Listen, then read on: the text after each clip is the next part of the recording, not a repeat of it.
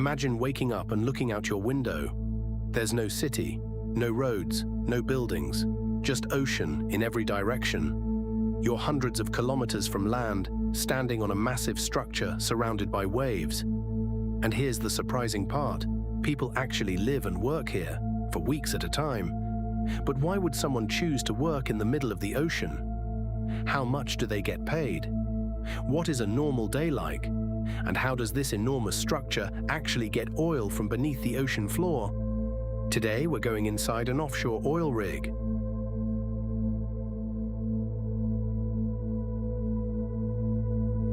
From a distance, an offshore rig looks like a giant machine. Up close, it's more like a small industrial city. There are sleeping rooms, kitchens, dining areas, control rooms, workshops, medical facilities, and massive pieces of drilling equipment.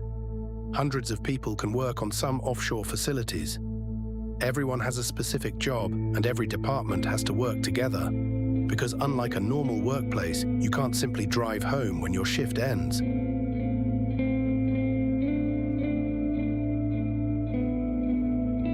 Offshore work is completely different from a normal 9-to-5 job.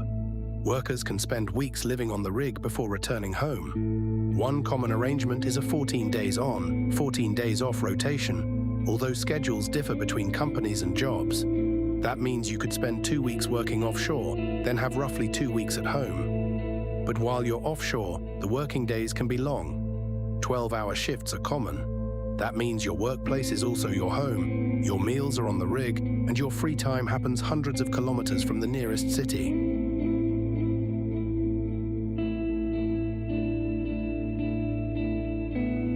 And now for the question a lot of people want to know. How much does it pay? The answer depends heavily on the job, experience, location, and company.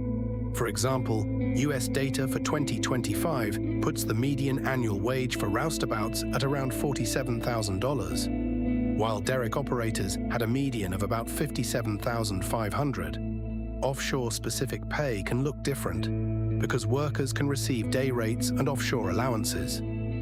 One recent industry estimate puts an offshore roustabout around $310 per day at the median, which works out to roughly $57,500 a year on a 14-on, 14-off rotation. And experienced specialists can earn considerably more. Offshore production operators can reach six-figure annual compensation, with experienced roles sometimes exceeding $140,000 per year. So yes, the money can be a major attraction, but you're also being paid for demanding work, long shifts, and spending significant time away from home.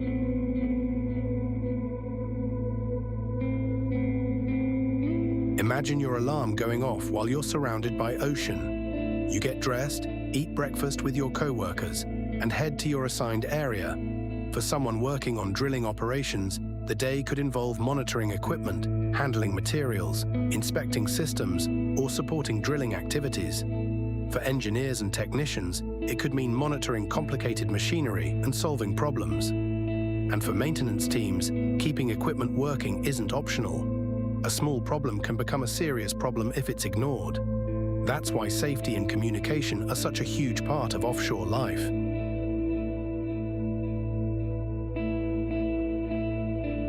Now let's get to the main purpose of the operation. Oil and natural gas can be trapped in geological formations far beneath the seabed.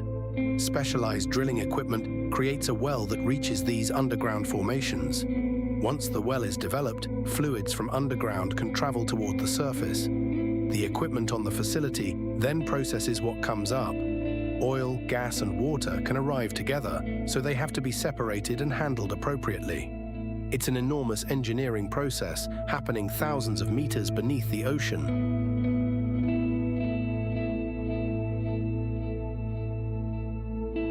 But there's one thing every offshore worker has to respect: the ocean. Weather can change quickly.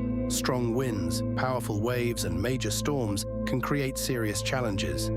That's why offshore facilities constantly monitor weather and ocean conditions. Workers train for emergencies, equipment is inspected, and procedures are designed around keeping people safe. Because no matter how advanced the technology is, you are still sitting in the middle of the ocean.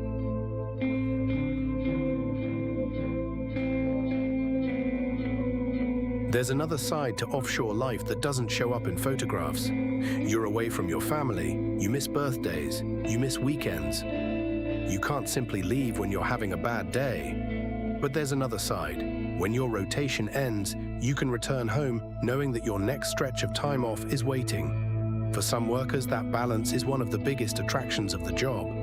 Work intensely for a few weeks, then spend a large amount of time at home.